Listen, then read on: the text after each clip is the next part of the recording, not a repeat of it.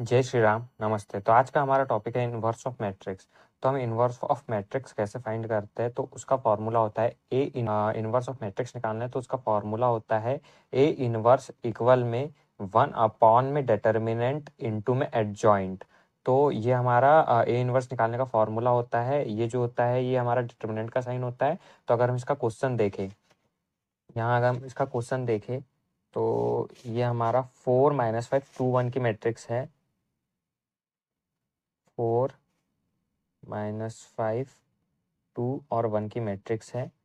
तो अब हमें इसका इन्वर्स निकालना है। तो हमारा फॉर्मूला क्या होता है इन्वर्स निकालने का? ए इन्वर्स इक्वल में 1 अपॉन में डिटर्मिनेंट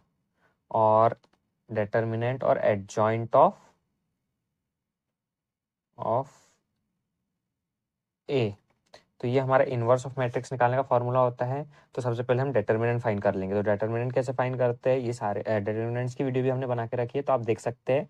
तो डिटर्मिनेंट फाइंड करने के लिए हमें सबसे पहले प्रिंसिपल डायगोनल का इंटू करना होगा, 4 × 1, और यहाँ पे माइनस, और यहाँ 2 × -5। तो यहाँ पे हो जाएगा हमारा 4 माइनस प्लस 10, तो हमारा आ जाएगा 14। तो हमारा डिटर्मिनेंट निकल जाएगा 14। अब हमें एडजॉइंट निकालना है। तो एडजॉइंट निकालने के लिए हमें सबसे पहले निकालना होता है माइनर। तो -4 5 2 और 1। तो इसका अगर हम माइनर निकालेंगे तो माइनर हमारा निकलता है सिर्फ 2 × 2 की मैट्रिक्स में सिर्फ वैल्यूज को इंटरचेंज करके। तो ये हमारा निकल जाएगा 1 2 -5 और 4। तो ये हमारा माइनर निकल गया। अब इसका हमें कोफैक्टर निकालना होगा।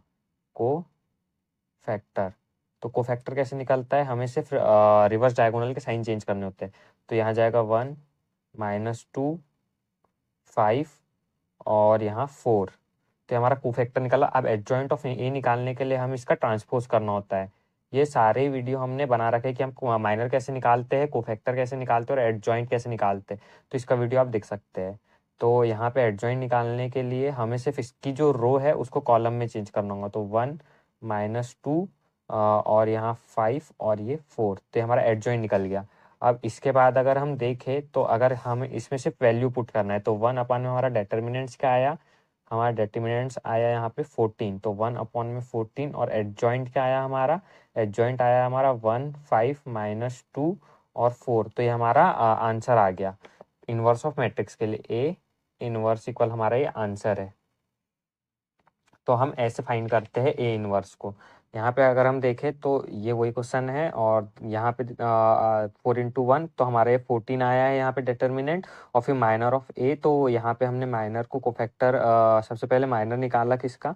इस ए का, और फिर यहाँ पे माइनर निकालने के बाद हमने उसका कोफैक्टर किया और फिर उसको एडजॉइन करके फिर वैल्यू पुट कर दी, तो हमारा आंसर आ गया। तो ये ऐसे हम इनवर्स ऑफ मैट्रिक्स निकालते हैं।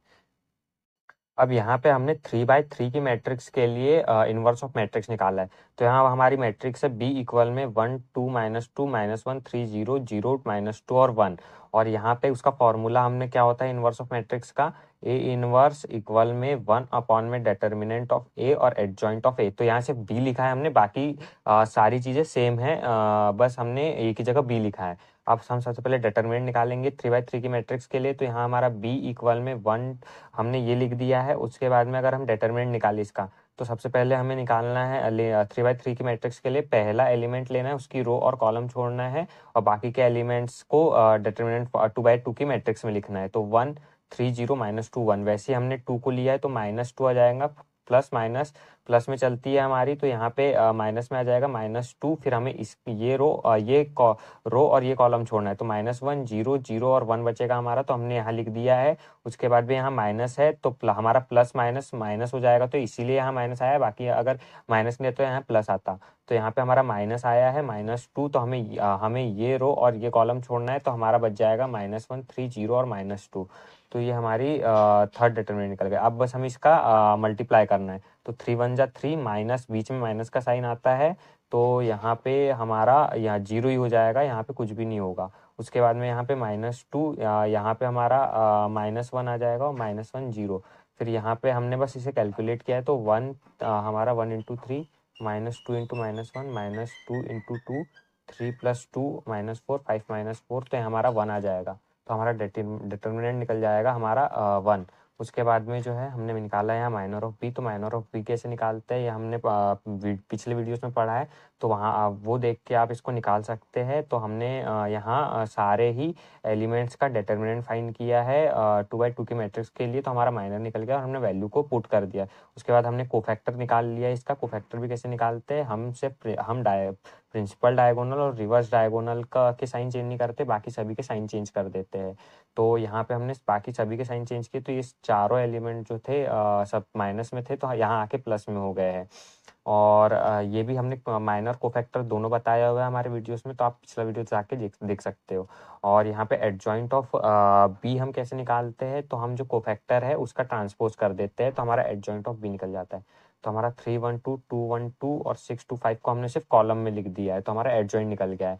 और उसके बाद हम जो यहाँ देख सकते हैं कि हमारा बी इनवर्स कैसे निकला है, हमने सिर्फ वैल्यूज को पुट कर दिया है और हमारा इनवर्स निकल चुका है। तो हमारा बी इनवर्स इक्वल में होगा 1/1 और ब्रैकेट के अंदर 3 2 6 1 1 2 और 2 2 5। तो ये हमारा इनवर्स ऑफ मैट्रिक्स निकल चुका है। तो हमें सिर्फ ये फॉर्मूला याद रखना है, बाकी हमें सिर्फ हमने जो पिछले कॉन्सेप्ट पढ़े हैं उससे रिलेटेड ही है ये। जब हमें पिछले कॉन्सेप्ट आएंगे तभी हम ये कॉन्सेप्ट कर पाएंगे। तो पिछले कॉन्सेप्ट अच्छे से देख लीजिएगा। और आज का हमारा टॉपिक यहीं समाप्त होता है। अब कल हम करेंगे simultaneous equation using matrix method. और तब तक के लिए थैंक्स फॉर वॉचिंग।